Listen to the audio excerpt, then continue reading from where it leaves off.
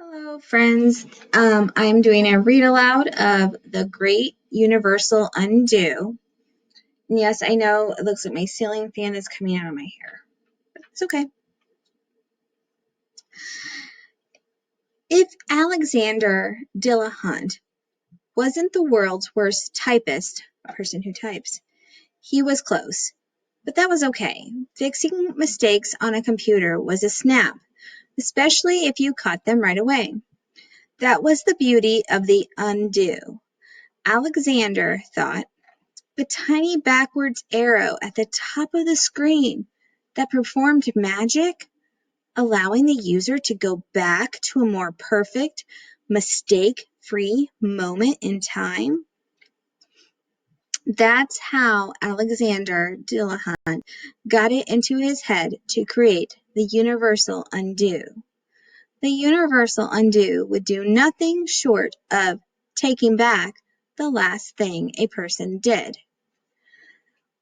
Making a working model was simple. All Alexander needed to do was to figure out how to take something in 2D, which is just like flat print, and make it 4D, skipping over 3D completely, and then get the whole thing to fit inside his smartphone. Finally, after weeks of trial and error, the universal undo was ready for a test run. Alexander went into the kitchen and stood in front of the refrigerator. From there, he walked to the cupboard, which is like a cabinet. He waited a few seconds and then hit universal undo on his smartphone. I almost said smartphone. Presto! Alexander was back at the refrigerator.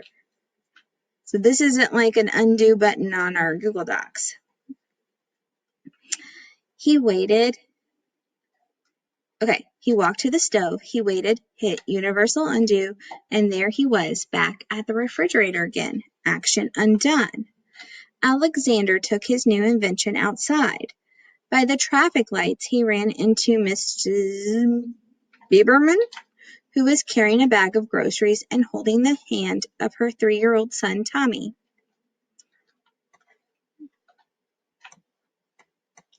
Hello, Mrs. Bieberman. Hi, Tommy, Alexander called out. He smiled. That's a really silly hat you're wearing, Mrs. Bieberman. Then he tapped his smartphone. If everything worked, his last comment would be undone. Hello yourself, Alexander, exclaimed Mrs. Bieberman.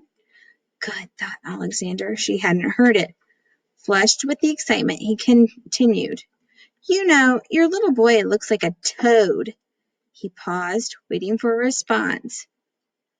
I do not look like a toe, Tommy wailed, and still blubbering, starting to play his video game.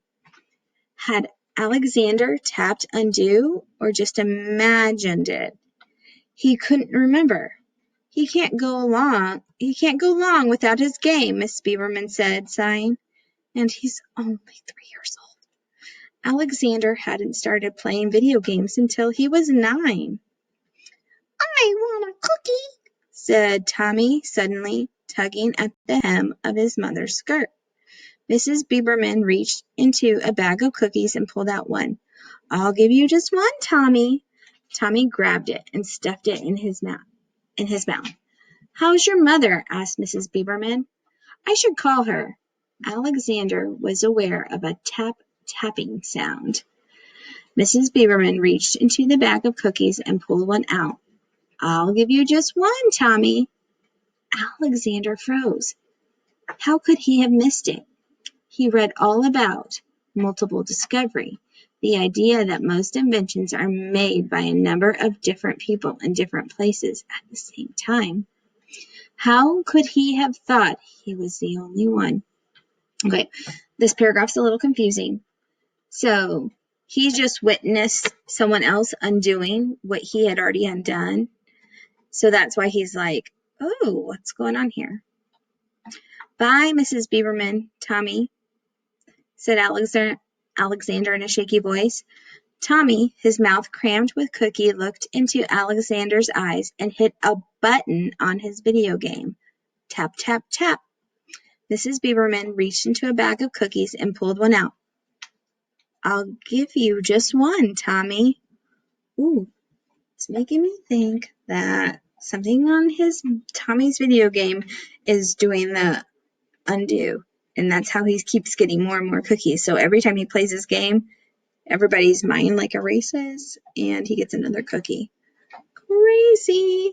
That was kind of an interesting story. I enjoyed it. I hope you did too.